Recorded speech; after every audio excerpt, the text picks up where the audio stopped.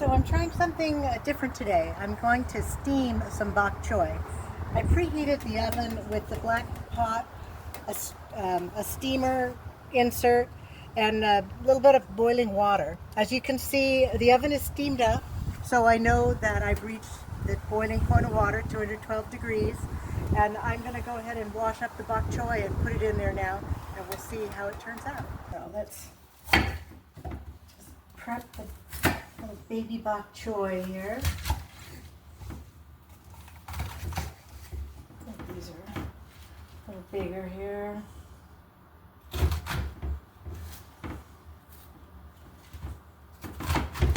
Okay, let me get these washed up.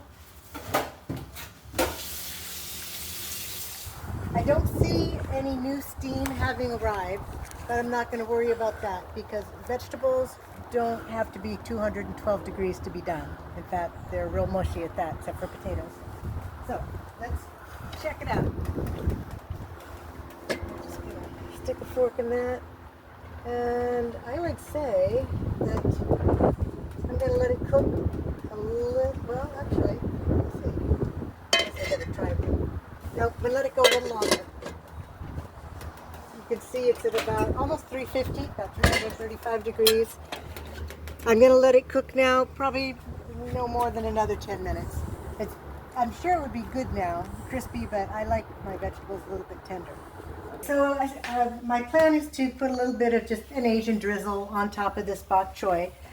One of the things you'll learn about me is I like everything to be really easy. So I'm going to use this jar.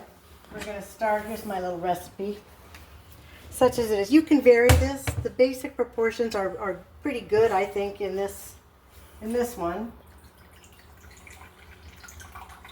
But feel free to do whatever you like as in terms of a dressing. 2 tablespoons of soy sauce. Now I'm going to use mirin, which is a sweet Japanese rice wine, instead of sugar. If I were going to use sugar, I would do it next while my tablespoon is still dry. And I want 2 tablespoons of soy sauce. I also usually use low salt, but this is what I have today.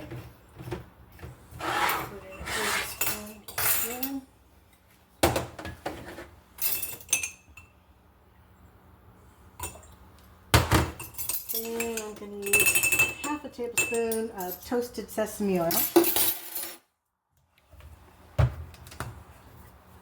And this is a little half tablespoon measure, which makes it that much easier.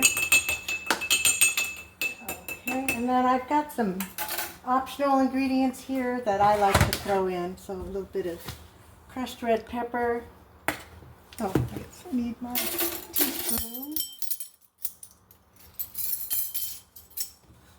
Yeah, just about a teaspoon. Now I like really spicy, so I'm going to go ahead and put up like a whole teaspoon in here.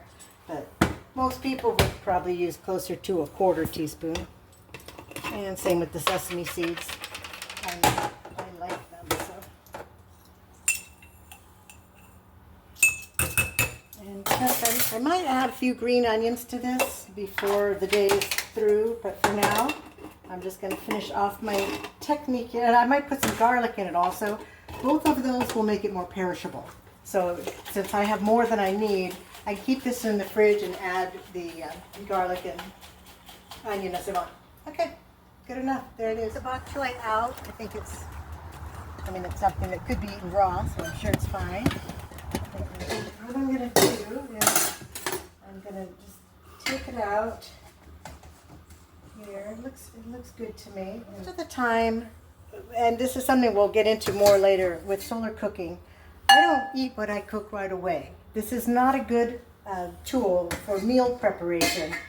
I use it for cooking ingredients for meals.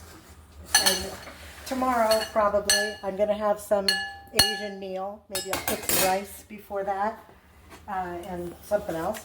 And I'll use this as a side dish. I'll reheat it. But for now, I'm just going to add a little bit of this dressing. And by the way, this is not like a recipe. This is just how I do it. So I'm going to put this in the fridge, and that's it.